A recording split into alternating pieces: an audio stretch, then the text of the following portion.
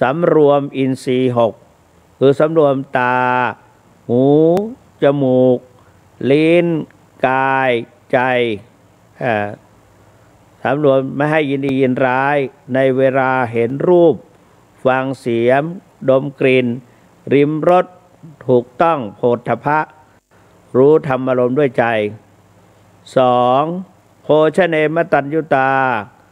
รู้จากการกินอาหารแต่พอประมาณไม่มากไม่น้อยข้อที่ 3นี่สำคัญชาคริยานุโยคประกอบความเพียรเพื่อชำระจิตใจของตน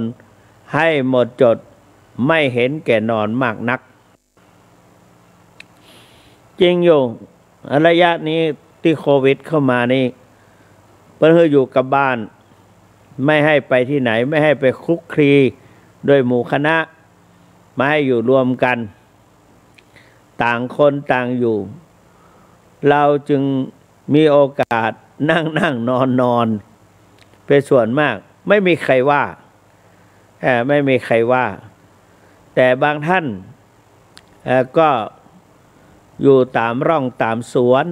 นหลังบ้านสวนหย่อมอะไรต่างๆในหลังบ้านหน้าบ้านหลังบ้านข้างบ้านมีถือจอบถือเสียมพรวนดินแล้วก็ให้นำวัชพืชออกจากบริเวณพืชผักสวนครัวได้เอาใจใส่ดูแลเราก็ได้กินผักจากพืชที่เราปลูกเราฝังที่เปิ้นว่าหลายๆอย่างบางอย่างเ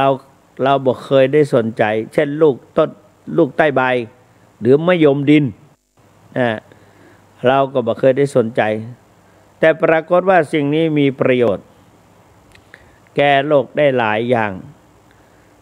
เราสามารถไม่ต้องไปถามใครเข้าไปดู Google ว่าประโยชน์ของต้นลูกใต้ใบมีด้านนักเหมือนกันแล้วก็ยาสมุนไพรต่างๆเรียกว่าอะไรฟ้าทลายโจรและนอกจากนั้นก็มีอะไรลืมไปละผมหัวอะไรนะที่กระเชมอะไรที่แก้โรคโควิดนั่นแหละก็ฉันอยู่ตลอดแล้วก็ลืมนะกระชายพวกเนี้ยก็เขาปลูกไว้ขมิ้นขิงพวกเนี้ยขิงเนี่ยก็เป็นสิ่งสำคัญนะเพราะนั้นเป็นการออกกำลังกายแล้วนอกจากนั้นก็เราจะเจริญกรรมฐานภาวนาก็พูดไปแล้วโดยเอาวรรณกสิณ4เราได้จากแล้วก็จะให้กระชุ่มกระชวยมีชีวิตชีวาก็ดูดอกไม้ใบไม้ที่ลูกปลูกครัวฝังภายในสวนลูกส้มซุกอย่างต่างๆลูกส้มของหวานที่อยู่ในสวนของเราสามารถเดินครูบาวัดพระพุทธบาทตักผ้าชี้แนะนำให้คุณสุพรรณปานนนท์แฟนของคุณขจรปานนท์ที่แถวสุขุมวิท สมัยนั้นอาตมาภาพบ้านเป็นตัวเจ้าได้ภาษาหนึ่งพ.ศ.พุทธศักราช2517คุณขจรปานนนท์กับคุณสุพรรณปานนท์เนี่ยได้นิมนต์ครูบาวัดพระพุทธบาทตักผ้าไปที่บริษัทลืมไปบริษัทสหไทยกันอย่างนั้นลืมไปละ ทีนี้ก็ไปคุณขจรปานนท์เป็นประธานบริษัทแล้วก็ที่บ้านของเปิ้นกว้างใหญ่แล้วก็มีตึกหลังใหญ่ตลอดถึงสนามหน้าบ้านของเปิ้นมีต้นมะม่วงต้นหญ้าต่างๆแต่ในขณะนั้นเปิ้นบ่มีลูกคุณสุพรรณปานนท์นี่ไม่มีลูกคุณขจร ปานนท์ก็อายุเยอะแล้วสมัยนั้นก็70กว่าครูบาก็70กว่าอาตมาก็ไปตัวเปิ้ลพอดีในกรงนั้นมีสุนัขตัวหนึ่งเป็นสุนัขที่อ่อนเขาเรียกว่าเป็นเปี้ยเป็นอ่อนไม่มีกำลังวังชาอยู่ดีๆก็ยืนไม่ได้ครูบาก็บอกว่าสุพรรณเอาไปนอนไว้ปืนเก้ามะม่วงเขามีต้นมะม่วงเล็กๆสูงประมาณสัก2 เมตร 3 เมตรนี่แหละเป็นพุ่มแล้วก็บอกว่าเอาไปปล่อยไว้ตรงนั้นไม่ต้องไปสนใจคนสุพรรณปานนท์ก็ไม่ได้ถามอะไรว่าแล้วก็อุ้มเอาสุนัขตัวนั้นน่ะไปนอนที่ใต้ต้นมะม่วงแต่อาตมาก็ไม่ได้อู้อย่างกระเปิ้ลเพราะอาตมาเป็นพระผู้น้อย ไม่ได้สนทนาอย่างละนั่งอยู่เต็มติ่งดูทีวีไปบ้างดูหนังสือพิมพ์ไปบ้างประมาณชั่วโมงหนึ่งสุนัขตัวนั้นยืนโยกเยกโยกเยกโยกเยกอย่างกับหมาวอดหมาบ้าโยกเยกโยกเยกตอนแรกลุกไม่ได้นอนติดกับพื้นแต่นั้นเดินโยกเยกโยกเยกโยกแล้วก็เดินค่อยๆเดินต่อแตะต่อแตะต่อแตะมันเป็นเพราะอย่างครูบาบอกว่ามันบัดได้ไอดินมันบัดได้ไอดินแต่ที่ให้ไปนั้นมันได้ไอดินไอดินนั้นเป็นสิ่งสำคัญพระธุดงค์และชาวนาทั้งหลายผู้ที่กระทำนาทั้งหลายเขาจะเข้าใจไอดินโดยเฉพาะชาวนาถ้าว่าจะปักดำไถวานเขาไถขี้ไถมาไว้เรียบร้อยพรุ่งนี้จะคาดจะเฟือตอนเย็นเขาจะเอาเท้าไปแย่ใต้ขี้ไถถ้าขี้ไถเย็นเจี๊ยบยังมาทำเตือปล่อยให้ขี้ไถอุ่นมีไออุ่นอยู่ในดินพรุ่งนี้เช้าเขาบอกว่าแปลงนี้ไร่นี้วันพรุ่งนี้จะปักจะดำแต่ก็ปรากฏว่าเข้างามได้ดีไอดินดีถ้าเย็นเจี๊ยบไอดินบดีเพราะนั้นเวลาเจ็บครูบาว่าถ้าว่าตุเจ้าทั้งหลายที่ไปอยู่วัดพระพุทธบาทตักพารูปใดที่เป็นโคคะนะโมครูบาก็ให้ถอดรองเท้าไปเหยียบเอาดินแต่วัดพระบาทตักผ้าเป็นศิลาแรงเป็นส่วนมากท่านก็ให้ไปเหยียบเอาแถวนั้นไปเดินจงกรมท่านบอกว่าไปเดินจงกรมที่สนามหรือว่าขวากลางควงวัดเดินไปเดินมาเดินไปเดินมาบ่ช้าบ่นานพระภิกษุรูปนั้นหรือสามเณรรูปนั้นส่วนมากเป็นตุเจ้าเท่าก็ปรากฏว่าทิ้งไม้เท้าได้ทิ้งไม้เท้าได้ให้ดินฉะนั้นสาธุชนทั้งหลายที่อยู่ที่บ้านเราก็บ้านเราตอนนี้เราอยู่ถ้าอยู่แต่บนบ้านอย่างเดียวเพราะว่ามาได้สนทนาปราภาทีกับไผอยู่คนเดียวอาจจะเกิดความเหงาหรือว่าเกิดความเครียดเราก็มาผ่อนคลายด้วยสิ่งธรรมชาติที่อยู่ภายในบ้านของเราถอดรองเท้าเดินเหยียบย่ำบนหญ้าแต่ก็ต้องดูก่อนว่าในสถานที่นั้นมีสารเคมีที่ฉีดลงไปก่อนถ้าฉีดลงไปแล้วก็ต้องระวังใส่รองเท้าไว้ อันนี้มือก็เหมือนกันมือก็เหมือนกันขนาดงูกัดพระงูคบตุเจ้ามีพระภิกษุรูปหนึ่งอันนี้ในธรรมบทในอรรถกถาพระสุตตันตปิฎกพระภิกษุรูปหนึ่งเดินจงกรมเดินไปเดินมาไปเหยียบใส่งูกัดเข้าที่ตาตุ่มแข้งตาตุ่มท่านรู้ได้ทันทีว่าต้องตาย ต้องมรณภาพท่านก็เลยนั่งอยู่กับพื้นนั่นแหละพื้นที่พื้นดินที่ท่านเดินจงกรมนั่นแหละแต่ก็ในขณะที่ท่านนั่งนั่นน่ะบาดแผลที่งูกัดมันไปถูกดินโคลนอ่อนๆซึ่งว่าที่งูอยู่นั่นน่ะเต็มแนบติดกับแผ่นดินซึ่งไม่มีหญ้าไม่มีอะไรก็ปรากฏว่าบาดแผลแห่งงูกัดนั้นติดกับดินแนบอยู่กับดินในขณะที่ท่านก็ตั้งใจเจริญมรณสติกรรมฐานอวสังมยามริตพังอวสังมยามริตพังเราตายแน่นอนเราตายแน่นอนเราตายแน่นอนพิจารณาถึงความตายเนี่ยเราตายแน่นอนเราตายแน่นอนพิจารณาไปตั้งนานครึ่งชั่วโมงก็ไม่ตายไม่เจ็บไม่ปวดเวลาผ่านไปตั้งนานถ้าก็รู้อยู่ว่าถ้าเป็นงูเห่าตัวเบิ่มไม่รอด ทีนี้ท่านก็ไปพบกับพระพุทธเจ้าพระเจ้าก็ตรัสสนทนาว่าเป็นยังไงอัตภาพเป็นไงบ้างตอนนี้ท่านก็ทูลพระพุทธเจ้าว่าเมื่อประมาณชั่วยามหนึ่งเนี่ยถูกงูกัดที่ลานเดินจงกรม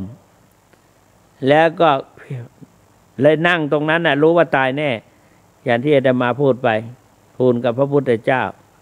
พระเจ้าก็บอกว่านั่นน่ะพิษดินนั่นน่ะมันดูดพิษกลืนพิษเข้าไปสู่พื้นพระสุธาก็คือแผ่นดินที่หายเนี่ยแต่ก็ทำให้จิตของท่านซึ่งท่านเตรียมตัวตายแต่เตรียมตัวมรณภาพแต่ก็ไม่ตายก็ได้ชีวิตกลับคืนมาด้วยการนั่งสมาธิภาวนา เพราะนั้นบางที เราเป็นโรคเหน็บชาปวดเมื่อยอะไรต่างๆเราก็ไปนั่งกับดินไปเหยียบดินเหมือนกับชาวนาหรือคนชาวนาแล้วก็พระภิกษุรูปนั้นโรคภัยไข้เจ็บก็หายไปได้ไอดินกำลังวังชาแข็งแรงเหน็บชาอะไรต่างๆเมื่อยหายไปก็เป็นการผ่อนคลายไม่ให้ความเครียดแต่หลักที่ขึ้นมาว่าอาเชวะกิจมาตปังโกชัญญามลังโนสุเวว่าความเพียรจงรีบทำตั้งแต่วันนี้เพราะว่าใครจะไปรู้ได้ว่าความตายจะมาถึงในวันพรุ่งนี้แล้วก็สอนหลักการปฏิบัติที่ไม่ผิดที่ถูกต้องเรียกว่าอปนกปฏิปทาคือข้อปฏิบัติไม่ผิด3อย่าง1อินทรียสังวรสำรวมอินทรีย์6ตาหูจมูกลิ้นกายใจท่านสาธุชนพุทธบริษัททั้งหลายตาหูจมูกลิ้นกายใจระยะนี้ไผก็บ่สามารถจะหาอาหารอันอร่อยหรือว่าเราไม่สามารถที่จะไปโน่นไปนี่ได้เราเห็นอะไรต่างๆแล้วก็สำรวมตาเพราะตาเป็นตานี้มีหน้าที่ในการดูแล้วก็มาถึงใจชอบใจไม่ชอบใจเกิดเป็นตัณหาขึ้นนะเกิดตัณหาความอยาก ความพอใจอะไรต่างๆนี้เพราะนั้นเราสำรวมตาจะไม่เกิดมีความรักความชังความโกรธความเครียดอะไรต่างๆหายไปสำรวมหูอินทรีย์6ตาหูจมูกลิ้นกายใจสำรวมมองไม่มองไปเพียงแต่ว่าเราสำรวมเพื่อจะสำรวมจิตหาโอกาสประพฤติปฏิบัติธรรมเพราะหลวงปู่พระพรหมมงคลหรือหลวงปู่ทองบอกว่าเราท่านทั้งหลายจงเป็นนักปฏิบัติธรรมการเป็นนักปฏิบัติธรรมนั้นคือเราจะต้องรักษาจิตให้ดีทำหน้าที่ให้ถูกต้องมีสติไม่บกพร่องความเศร้าหมองก็จะหมดไป รักษาจิตให้สะอาดเวลาเช้าให้ขาวเวลาเพลให้เย็นเวลาค่ำให้ชุ่มฉ่ำเวลากลางคืนให้สดชื่นทุกขณะลมหายใจนั่นเรารักษาจิตของเราสิ่งที่จะทำให้จิตฟุ้งมาจากตาได้เห็นหูได้ยินจมูกได้กลิ่นลิ้นได้รสกายได้สัมผัสก็มาถึงใจเกิดความยินดียินร้ายเกิดขึ้นเพราะฉะนั้นปฏิบัติหนึ่งจะต้องผูกจิตผูกใจอยู่กับวิปัสสนาในแนวสติปัฏฐานสี่คือกายเวทนาจิตธรรมอะไรก็ตามเราประพฤตินักปฏิบัติเพราะนั้นเราจะต้องกำหนดตาเห็นเราก็กำหนดว่าเห็นหนอเห็นหนอหูได้ยินแล้วก็ได้ยินหนอได้ยินหนอจมูกได้กลิ่นแล้วก็ว่ากลิ่นหนอกลิ่นหนอเราบัดไม่สักว่าดูเฉยๆดูแล้วได้กรรมฐานได้ประโยชน์ให้เกิดขึ้นกับจิตใจหูฟังเสียงแล้วก็ประพฤติปฏิบัติประพฤติปฏิบัติว่าได้ยินหนอได้ยินหนอได้ยินหนอเหมือนพาหิยะทารุจิยะพาหิยะทารุขอพระเจ้าก็ตรัสว่าเห็นก็สักว่าเห็นได้ยินก็สักว่าได้ยินท่านก็พิจารณาว่าเห็นหนอเห็นหนอได้ยินหนอได้ยินหนอท่านเจริญตามกระแสแห่งธรรมะที่พระพุทธเจ้าตรัสสอนปรากฏว่าท่านได้เป็นพระอรหันต์ทั้งที่ยังไม่บวชยังไม่ได้บรรพชาอุปสมบทท่านก็เลยขอบรรพชาแต่พระพุทธเจ้าตรัสว่าเธอจงไปหาผ้ามาก่อนเพราะนั้น ท่านสาธุชนทั้งหลายเวลามีการจะบวชพระอุปสมบทพระแล้วก็บรรพชาสามเณรก็จะต้องเจ้าภาพจะต้องหาผ้าแต่ความจริงเป็นเรื่องพระอุปชา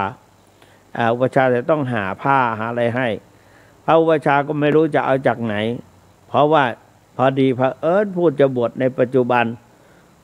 ผู้ปกครองหรือผู้เกี่ยวข้องก็พอมีอันจะกินแล้วก็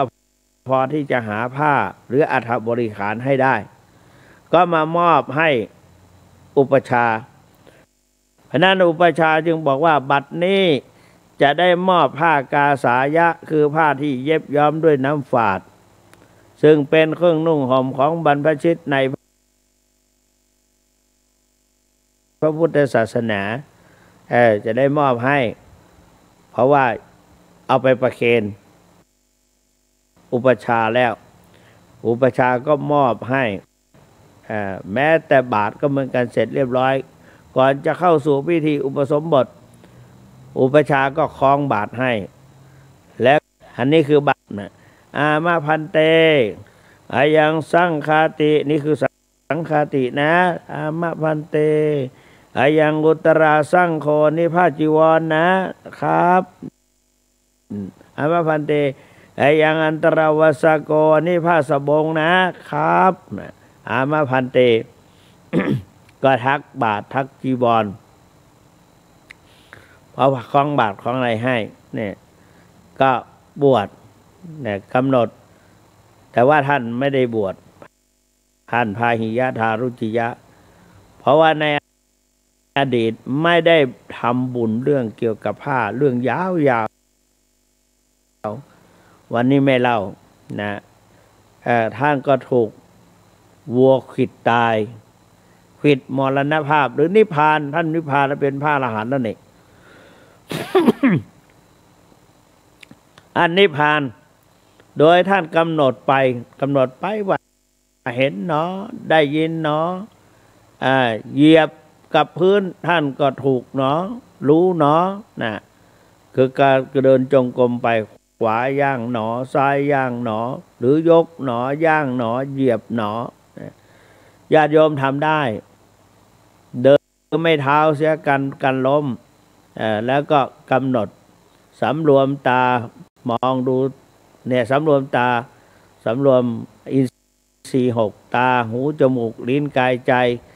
มองไปข้างหน้าปัจจุบันนี่ฝนตกบ่อยก็สวมหมวกเสียนั่งรถกอล์ฟอาตมาก็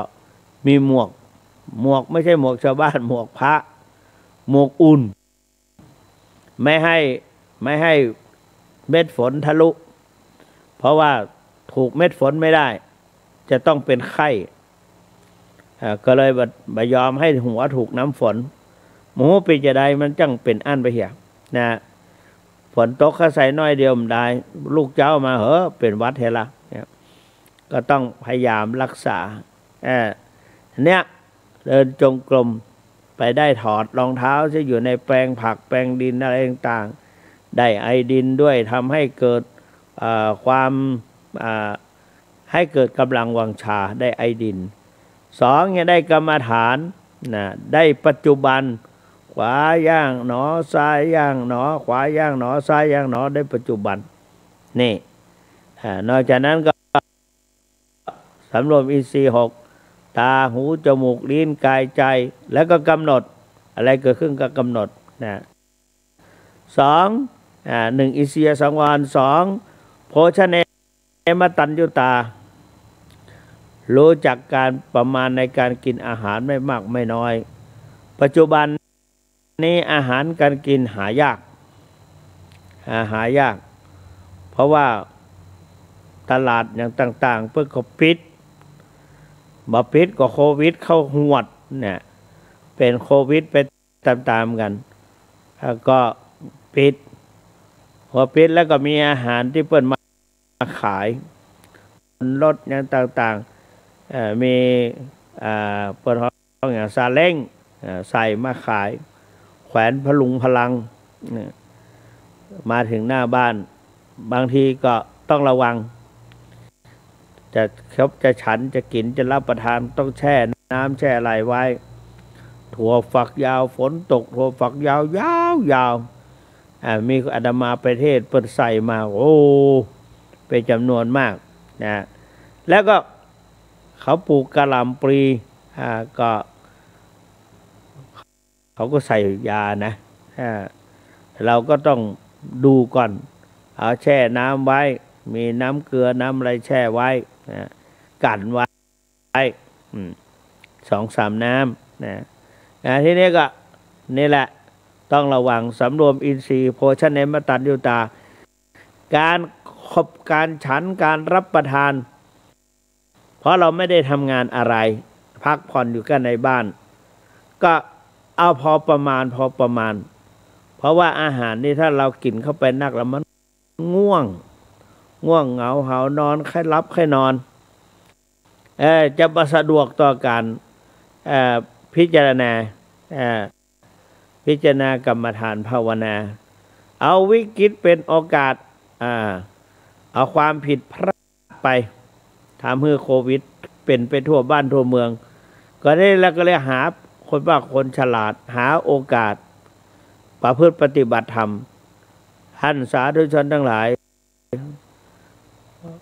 ได้เวลาเปิดสายแล้วศรัทธาญาติโยมโทรเข้าหาอาตมาเป็นจำนวนมากแล้วก็ใน Facebook ใน YouTube นะก็มีนอกจากนั้นสถานีวิทยุต่างๆก็โทรก็เข้าไปหาอาตมาก็บางทีก็โทรไปขอกถามีโยมแม่คนหนึ่งอายุ70 ปีเท่าอาตมาบอกเป็นตัวคงจะตื่นเต้นหูฟังบ่ชัดถ้าท่านที่บอกไปแล้วนี่ยังมามีอ่างเอิง ไม่มีเนี่ยปริยาปันนาเนี่ยอะไรว่าสระอะแกก็นึกว่าอ่างยอมตั้งใจฟังอาตมาแล้วจดนะสัพเพอัตตภาวะปริยาปันนาอเวลาอภยาปัชชาอานิคาสุขีอาตนังปริหะรันตุแล้วมีผู้บอกท่านสาธุชนพุทธบริษัททั้งหลายญาติโยมมีโทรศัพท์ปัจจุบันนี้โทรศัพท์ของญาติโยมเหมือนเดียวกันทั่วไปมีจอมีเท่ากับกล่องไม่ขีดใหญ่ๆเนี่ย ก็มีเหมือนกัน4 นิ้ว5 นิ้วเนี่ยมีเหมือนกันทุกคนใจอย่างนั้นให้ลูกหลานเปิด Wi-Fi หรือว่าติด Facebook ปัจจุบันนี้เขาดู Facebook ก็อาตมาก็ยังไม่เข้าใจนั้นเนี่ยบางทีเวลาจะขอฟังจะขอดูเพราะไม่ได้ดูมันนะเกี่ยวกับ Facebook เป็นอย่างต่างๆแล้วก็โดยเฉพาะดูแต่ไลน์YouTube อะไรต่างๆนี้แต่ว่าพอมาจัดรายการนี้ท่านพระครูสังฆพานวิชัยเปิดตั้งอันนี้ตุลุงต้องดูตรงนี้เวลาจะเข้าต้องตรงนี้มีรหัสแล้วใส่เรียบร้อยแล้วก็มาต้องไปปิดตัวนั้นท่านไพฑูรย์มาบอกอาตมาออกใช่เนี่ยพอออกแล้วอาตมาเข้าบ่ได้ เข้าบ่ได้เข้าบ่เป็นปิดออกไปเรียบร้อยเข้าบ่เป็นต้องอาศัยพระครูสังฆพานพิชัยเข้ามาใหม่จึงได้ดูนะก็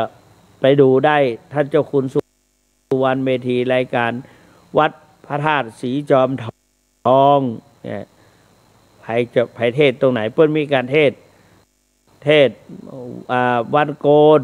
1 กันวันพระมีหลายกัน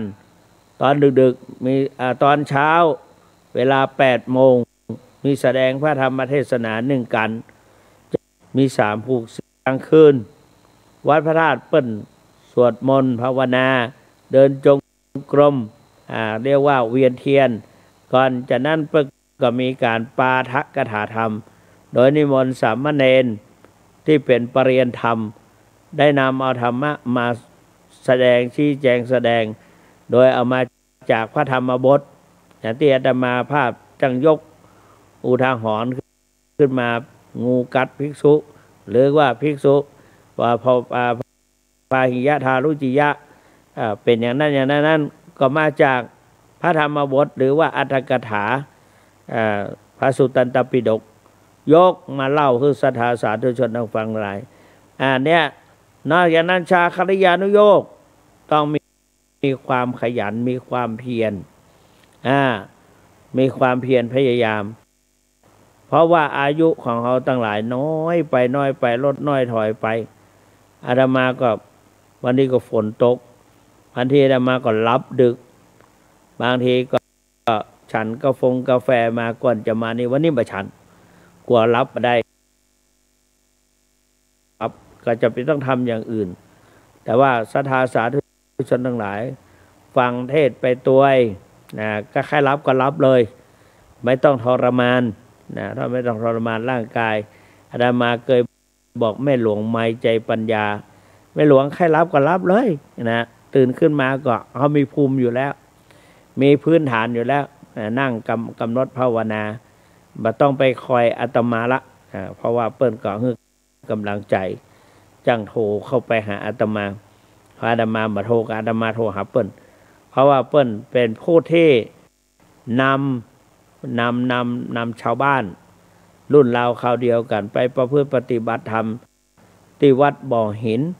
โดยโครงการนี้พระเดชพระคุณหลวงปู่เจ้าคุณพระพรหมมงคลตอนนั้นเป็นพระราชพรหมจารย์เป็นพระเทพสิทธาจารย์แล้วก็ต่อเป็นพระธรรมมังคลาจารย์ท่านก็แนะนำให้อาตมาจะไปละวันเสาร์วันอาทิตย์ต้องให้อาตมาไปสอนวิปัสสนากรรมฐานแนวมาปฏิบัติท่านเพื่อก็บอกว่าลูกศิษย์อาจารย์มีชมเชยก็แม่ชีชมเชยแต่ภายหลังมาศึกษาลาเพศก็ไปอยู่ที่เป็นผู้ที่เข้าใจในพระอภิธรรมจบพระอภิธรรมมหาบัณฑิตแต่เป็นคนพูดน้อยอาตมาบรรลุพอรู้แกก็จะใกล้จะไปแล้วพอมาป่วยแล้วก็ใกล้จะไปเขาก็บอกว่าอาจารย์ชมเชยนั้นจบอภิธรรมแล้วก็จบมาหลายรอบทวนญาณก็ทิ้งความรู้ทุกสิ่งทุกอย่าง ฟังอาตมาภาพตั้งแต่สมัยเป็นพระครูอาทรสุวรรณโมลีจนถึงเป็นเจ้าคุณพระสุวรรณเมธีท่านก็เงียบอาตมาว่าอย่างใดแกก็ทำอย่างนั้นเอาตามใจอาตมา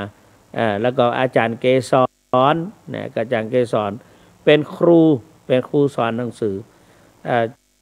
พอเกษียณไปแล้วลดทิฏฐิมานะไม่ได้เป็นครูไผ่เป็นครูสอนตัวเก่านะสอนตนเองฝึกตนเองบ้างเป็นไรสอนเขาได้แล้วทำได้นี่เลยดีนะท่านก็สอนก็มาผู้ปฏิบัติเพราะฉะนั้น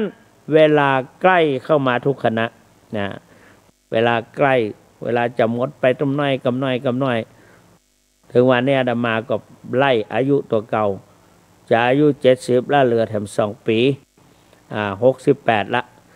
เพราะว่าตระกูลก็อายุ78คุณโยมพ่อ78เราก็เหลือมานักแต่เพราะว่าคุณโยมพ่อเปิ้นบ่ได้เจ็บเป็นยังไข้อย่างนักของเรานี่โรคเกาต์เบาหวานไขมันความดันไตตัวหูน้ำในหูหรือหินปูนจ่างไหลออกมาเคลื่อนที่ออกมาก็ไปเตื้อเป็นบางครั้ง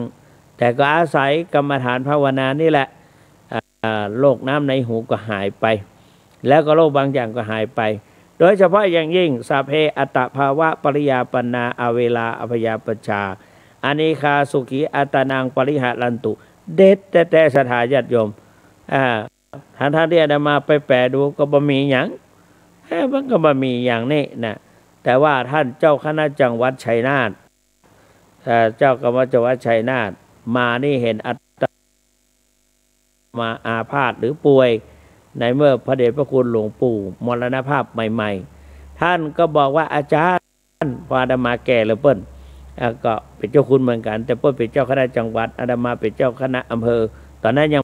ไม่ได้เตื้อเป็นรองอำเภออยู่ ท่านก็บอกอาจารย์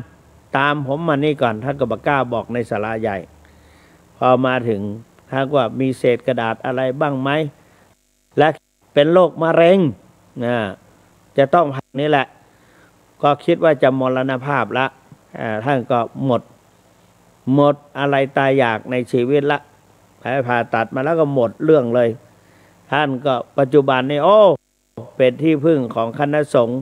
จังหวัดชัยนาทท่านทำตอนที่ฤดูแล้งๆท่านทำน้ำบาดาลไปติดต่างๆเจาะบาดาลท่านยังไลน์มาให้อาตมาดูอยู่วันนี้ผมทำบ่อน้ำเจาะบ่อน้ำนั่นนี่ประชาชนได้กินได้ใช้กันเราก็สาธุโมทนากับท่านนี่ท่านก็บอกว่าอาจารย์อันนี้นะจดให้อาจารย์ไปท่องลองทดลองดูตอนนั้นอาตมาป่วยกระเซาะกระแสะ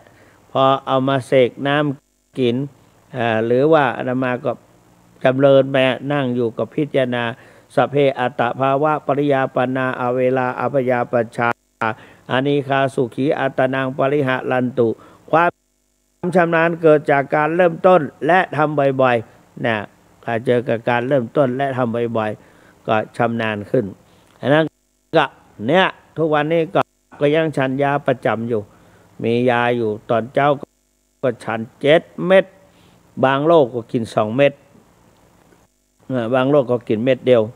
แต่อย่างโรคเกาต์2 เม็ดเบาหวานก็ดูเหมือน2เหมือนนะ 7 เม็ดเนี่ยมูยาอย่างพ่องนะแล้วก็ยาขับปัสสาวะอย่างต่างๆมันมีกับหมอฮือความดันสูงความดันโลหิตสูงก็ต้องฉันตอนที่ฉันไปก่อนแต่พยายามจะรักษาด้วยธรรมะคือเว้นไปบ้างอะไรบ้างแต่ว่าตอนนี้ยังบอกเว้นเตื้อก็เพราะว่าเปิ้นส่งมาฮืออยู่ข่าวหนึ่งเปิ้นส่งมาฮือเลยไม่ต้องไปโรงพยาบาลส่งมาฮือทีนี้ท่านสาธุชนทั้งหลายนี่แหละชาคริยานุโยคประกอบความเพียรเพื่อจะชำระจิตใจให้หมดจดนะหลวงพ่อทองว่า1ผูกจิตผูกใจไว้ในสติปัฏฐาน4กายเวทนาจิตธรรม2สำรวมอินทรีย์6ก็คืออัปปนกับสำรวมตาสำรวมเอาไว้อันเนี้ยอินทรีย์6เนี่ยตาหูจมูกลิ้นกายใจ 3. หลวงพ่อทองบอกว่ามีความเพียรพยายามวิริยะนะทุกจมคมัจเจติต้องมีความเพียรพยายามนะมีหลวงพ่อน้อยพูดน้อยปฏิบัติมากนะ นะแล้วก็โภชเนมตัญญูตารู้จักประมาณในการกินอาหารแต่พอสมควรไม่มากน้อย3. สาคณิยานุโยคประกอบความเพียรแล้วก็นอกจากนั้นกำหนดจิตจับในอารมณ์ใดกำหนดให้มั่นในอารมณ์นั้นอารมณ์นั้นต้องปัจจุบันนะหลวงปู่บอกว่า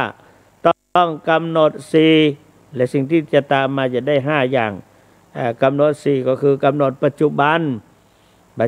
เดินกำหนดเท้านั่งกำหนดท้องจ้องดูอาการเคลื่อนไหวใจกำหนดสภาวะธรรมทุกอย่างกำหนดปัจจุบันเดินกำหนดเท้าก็เดินจงกรมยืนหนอนี่ก็สำคัญซะท่า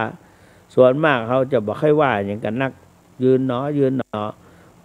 ดูว่าความยืนการยืนนี่เป็นสิ่งสำคัญดูเด็กพยายามยืน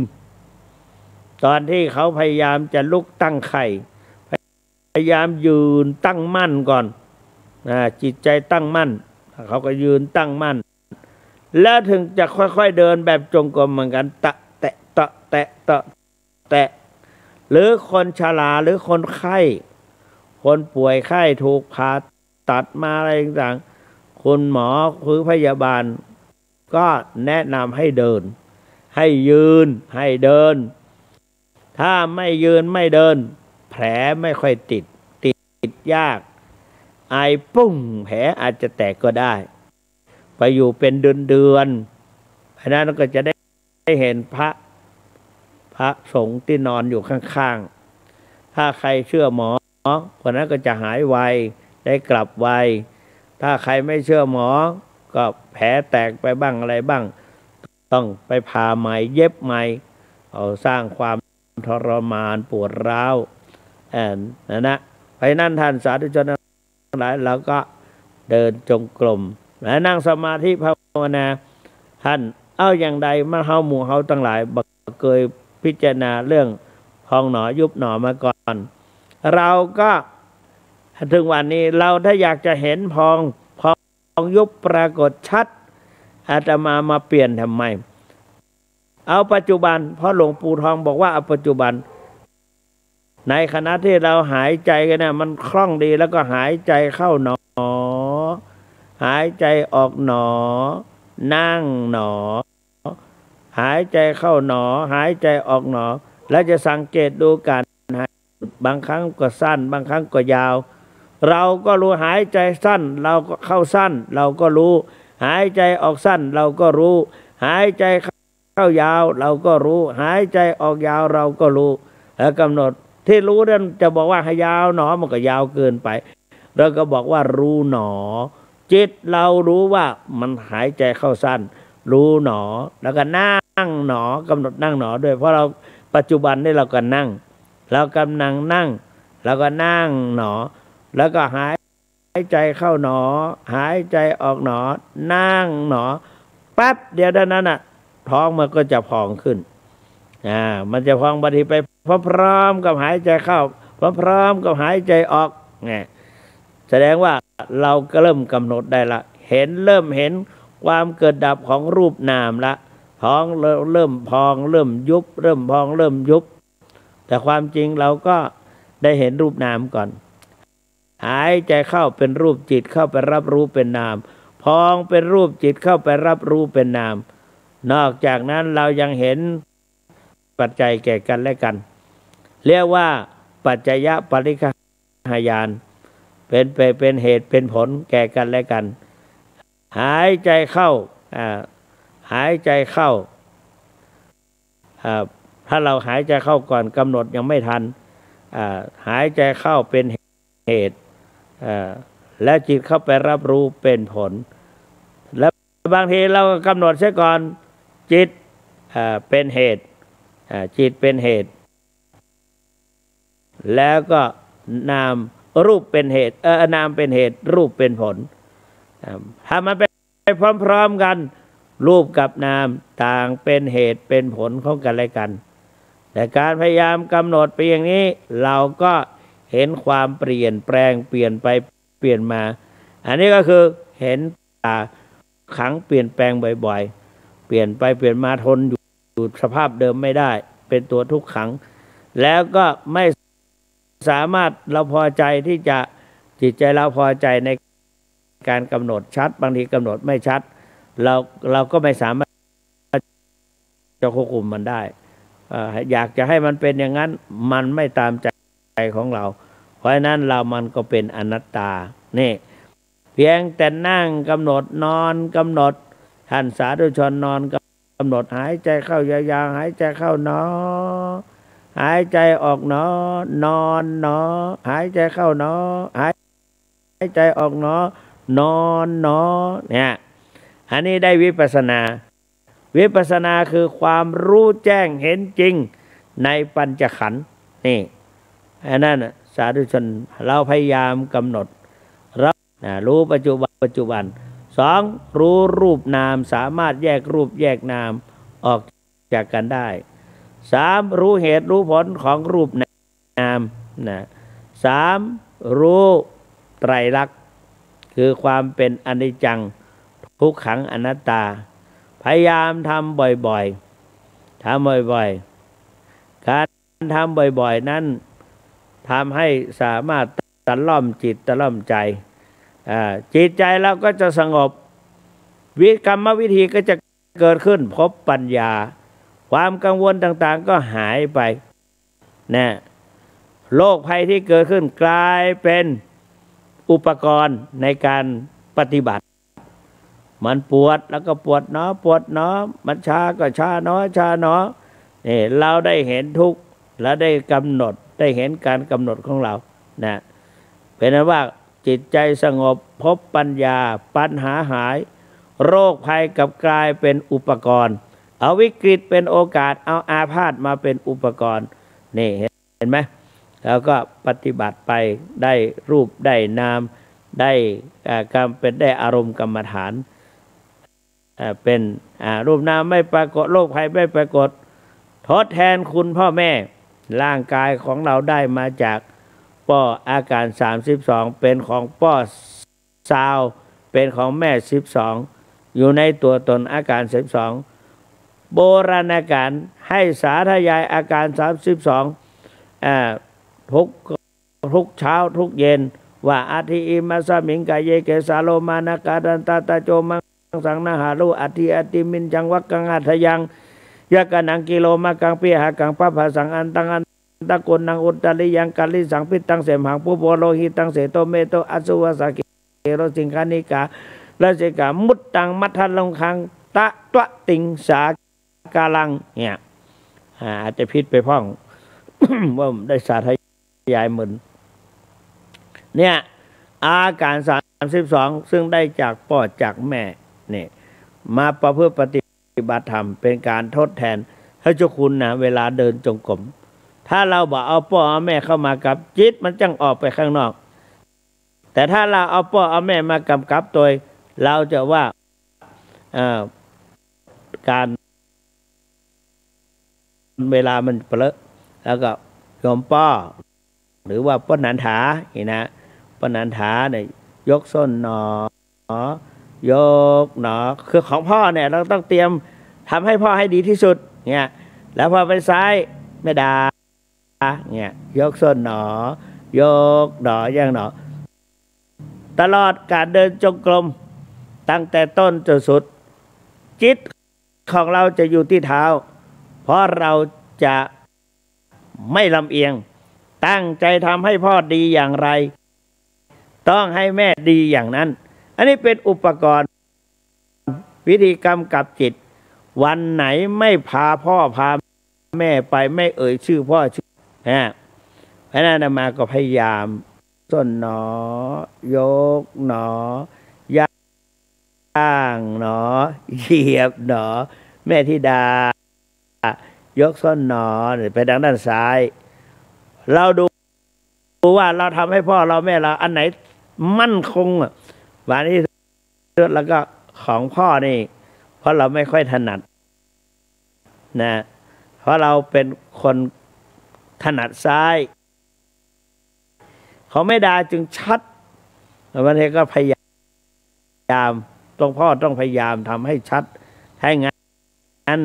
ไม่รักพ่อเนี่ยลำเอียงสาธุชนนะเพราะว่าเราอายุเยอะแล้วไม่มีใครมาสอนเราไม่มีใครมาปลอบใจเราก็มีกรรมวิธีทฤษฎีดีๆมาสอนตนเองทดแทนคุณพ่อแม่เมื่อทดแทนคุณพ่อแม่แล้วเราปฏิบัตินะมันเป็นบุญนะเป็นบุญ ประการบำเพ็ญบูชากายเป็นบุญสำเร็จเกิดจากการภาวนามีอานิสงส์แรงกว่าทานทุกสิ่งทุกอย่างการให้บุญทุกสิ่งทุกอย่างเพราะนั้นเราก็อุทิศให้บิดามารดาปู่ย่าตายายอุปชาอาจารย์และเจ้ากรรมนายเวรเนี่ยอุทิศให้กรรมมดเวรเป็นไปด้วยความชีวิตก็บักให้มีอย่างเดือดร้อนก็เป็นไปด้วยความราบรื่นนี่งดกรรมงดเวรแล้วก็ยังได้บุญได้กุศลเรียกว่าปฏิทานนามัยแผ่บุญไปให้แก่สรรพสัตว์ทั้งหลายแล้วก็แสดงความกตัญญูกตเวทีต่อบิดามารดาและครูบาอาจารย์พระสัมมาสัมพุทธเจ้าตรัสว่านิมิตตังสาธุรูปานังกตัญญูกตเวทิตาความกตัญญูกตเวทีเป็นเครื่องหมายของคนดีเนี่ยเห็นไหมแล้วคนดีนั่งหนึ่งมีความรู้ดีสองความประพฤติดีสามศีลธรรมดีสี่สังคมดีห้าความเสียสละดีเนี่ยอันนั้นเราก็ประพฤติปฏิบัติทั้งหมดนี้ก็ไม่ใช่เพื่อใครก็เพื่อตัวเก่าเพราะว่าจิตของเราจะท่องเที่ยวในสังสารวัฏเราก็ถ้าเราทำดีๆก็กลายเป็นกุศลกรรมก็ปิดอบายภูมิเป็นเขื่อนเป็นกำแพงปิดกั้นประตูอบายภูมิไม่ต้องไปเกิดในนรกไม่ต้องไปเป็นเปรตอสุรกายไม่ต้องไปเกิดเป็นสัตว์เดรัจฉานนี่เราก็มาเกิดอย่างน้อยเกิดเป็นคนผลกุศลผลส่งเพราะเรามีสติมีสำรวมมีหิริมีโอตตัปปะธรรมนังขาวพระพุทธเจ้าตรัสว่าหิริโอตตัปปะสัมปนาสุขธรรมาสมาหิตาสันโตสัพพุริสาโลเกเทวะธรรมาวุจเจเรเป็นเหล่าเทพเป็นบนดินเป็นเทพเป็นเทวดาบนดินควรเหมาะควรแก่การบูชาสำหรับลูกหลานเป็นอย่างยิ่งถึงเหลือแถม9 นาที0817830215ท่านสาธุชนทั้งหลายเพราะรายการนี้บอกว่าฟังธรรมและสนทนาธรรมกับท่านเจ้าคุณพระสุวรรณกับพระสุวรรณเมธีด็อกเตอร์นะ0817830215ภายนั้นเรากิจกรรมตลอดพรรษายุกาลเนตมาภาพเปิดโอกาสให้ท่านสาธุชนพุทธบริษัททั้งหลายได้สดับรับฟังและก็ได้โทรเข้าไปอู้กับท่านเจ้าคุณ0817830215นะ0817830215โทรเข้าไปได้เลยรับไปหมดแล้วก้าฝนตกนี่เนาะโทรไปถามได้โทรไปคุยได้นั่นเข้ามาแล้ว740แม่นี่กะเจริญพรโยมแม่นะผู้ชายฮะ โอ้โอ้เจริญพรเจริญพรสมุทรสงครามอันนั้นโทรเข้าไปถามทีหลังบอกเดี๋ยวตอนนี้เวลามันน้อยเนาะโทรเจริญพรวางหูก่อนขอบคุณมากโทรไปถามทีหลังได้พรุ่งนี้ก็ได้081783ตอนนั้นเจริญพรเจ้าคุณนี่โทรจากไหนพ่อพี่น้องลำปางนะพอฝน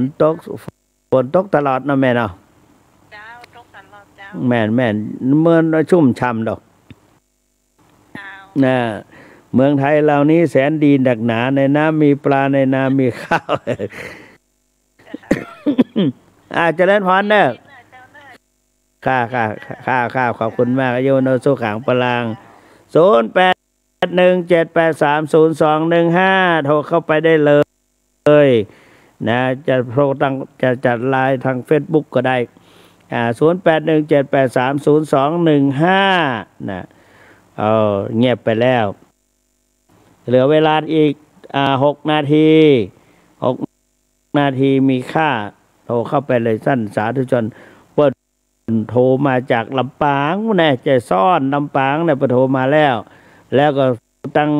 ในตัวเมืองอำเภอสันทรายอำเภอสันกำแพงที่กระแสเสียงที่ไปได้เนี่ยมีอยู่ก่อนโทรไปได้อันนี้ถ้าเจ้าคุณ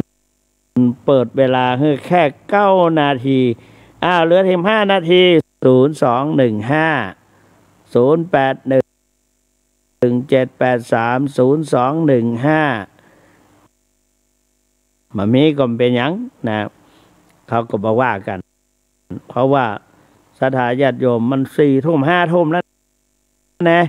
มันเวลารับเวลานอนเบิ่นแต่ว่าไปดูดัง Facebook ได้เนอะเจริญพรโทรจากไหนเอ่ย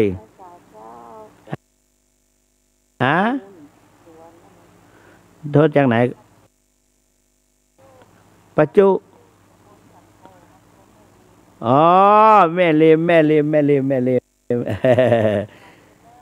ขอบคุณมากอายุวันโนสุขังพลังเนอะโชคดี30215นะเหลือ4 นาที0817830215โอ้วันนี้อาตมาแค่หลับซบไปซบมาเพราะทนแทบบ่ไหวนึกว่าออกมาได้แต่ว่าพอเข้ามาบรรยายแล้วความง่วงเหงาหานอนมาลายหายไปสิ้นแต่บอกว่าศรัทธาสาธุชนฟังกันมากน้อยเต๋าใช่อาตมาจะว่าอยู่แล้วเพราะเสียงชัดโยมได้ทราบข่าวว่าเป็นโอเปอเรเตอร์มาก่อนพูดชัดมากโยมมาฟังวิจารณ์อาตมาหน่อยวันนี้อาตมาพูดเป็นไงบ้าง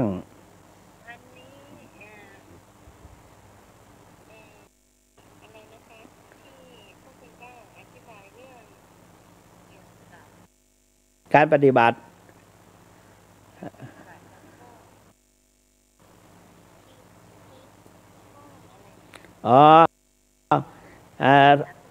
อาการ32ไม่ค่อยถูกใช่ไหม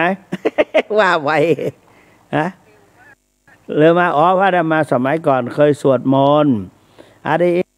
มาสามิงกายเกสาโลมานะคาดันตาตาโจมังทังนาหารุอาดิมินจังวักกังแต่ของในตัวเราทั้งนั้นนะโยม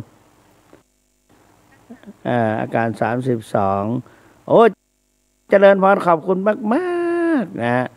เป็นกำลังใจให้กับพระสงฆ์โดยเฉพาะอย่างยิ่งท่านเต๋าท่านมาเตรียมสถานที่ให้อาตมาเป็นชั่วโมงโยมกว่าอาตมาจะมาถึงนะลูกโยมได้ลูกดีนะจบอภิธรรมมหาบัณฑิตนะเนี่ยหายากนะเนี่ยอาตมายังไม่ได้เลยไงนะเก่งนะถ้าไปจอมทองเมื่อไหร่0817830215เดือน2 นาที 0817830215เรือแถม2 นาทีแม่พระครูสังฆพานพี่ชัยก็ให้กำลังใจทุกวันเลยแล้วก็ท่านพระครูสังฆพานพี่ชัยท่านตากฝนมาตะกลางวันท่านก็ไปเช็ดเพราะว่าวันคล้ายชาติการของหลวงปู่จะมาถึงวันที่21นี่ท่านก็เป็นหัวหน้าในการเจริญพรค่ะนี่จะมาจากไหนเอ่ยพระธาตุลำปางหลวงหน้าวัดพระธาตุลำปางหลวงลูกพระธาตุรู้รักสามัคคีลูกพระธาตุประพฤติดีมีวินัยลูกพระธาตุห่างไกลสารเสพติดลูกพระธาตุมีความคิดใฝ่เรียนรู้ลูกพระธาตุเน้นเชิดชูคุณธรรมลูกพระธาตุนำปัญญาพัฒนาสังคมเนาะ จำได้ว่าลูกพระธาตุรู้รักสามัคคีเอาไปสอนละอ่อนเนี่ยลูกพระอิฐลูกพระธาตุมีความคิดใฝ่เรียนรู้ลูกพระธาตุเน้นเชิดชูคุณธรรมลูกพระธาตุนำปัญญาพัฒนาสังคมนะสาธุอายุวันโนสุขังปรังเนออีก1 นาทีเหลือแถมบักกี้วินาทีละนะใครโทรเข้ามาตันก็ตันไม่ตันก็บอกเป็นหยังนะเอาไว้วันพฤหัสหน้าสัปดาห์หน้านะก็วันนี้เอาตั้งใจจะเอาสังโยชน์มาอู้คือฟังสังโยชน์10 ข้อตั้งใจแต่พอมาแล้วเครื่องมันแบบไปอย่างนั้นจิตมันไปอันสกรรมก็บอกเป็นหยังจิตมันมาเข้าว่าอาเชวกิจมาตปังโกชัญญามรณังสุเวแล้วก็อปนกปฏิปทาข้อปฏิบัติไม่ผิดก็เลยไปต่างนี้ความจริงสังโยชน์ต่างๆเนี่ยเป็นของพระอริยเจ้าเป็นของพระโสดาบันพระสกทาคามีพระอนาคามีพระอรหันต์อาตมาก็เป็นคุณธรรมเป็นคุณสมบัติของพระอริยเจ้ากับมาสามารถว่า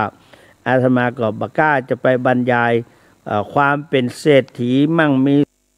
สีสุขของเศรษฐีได้เพราะว่าเรายังเป็นคนจนอยู่ยังได้ก็ตามแต่ก็จะพยายามเอามาเพราะว่าเราก็มีแล้วเราไม่สงสัยในพระรัตนตรัย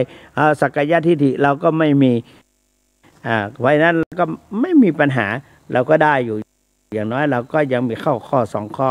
เพราะนั้นท้ายที่สุดปกปักพิทักษ์รักษาพุทธศาสนิกชนทั้งหลายทุกท่านขอขอบคุณสถานีวิทยุFM 104.5 เมกะเฮิรตซ์ FM วัดฝายหินแล้วก็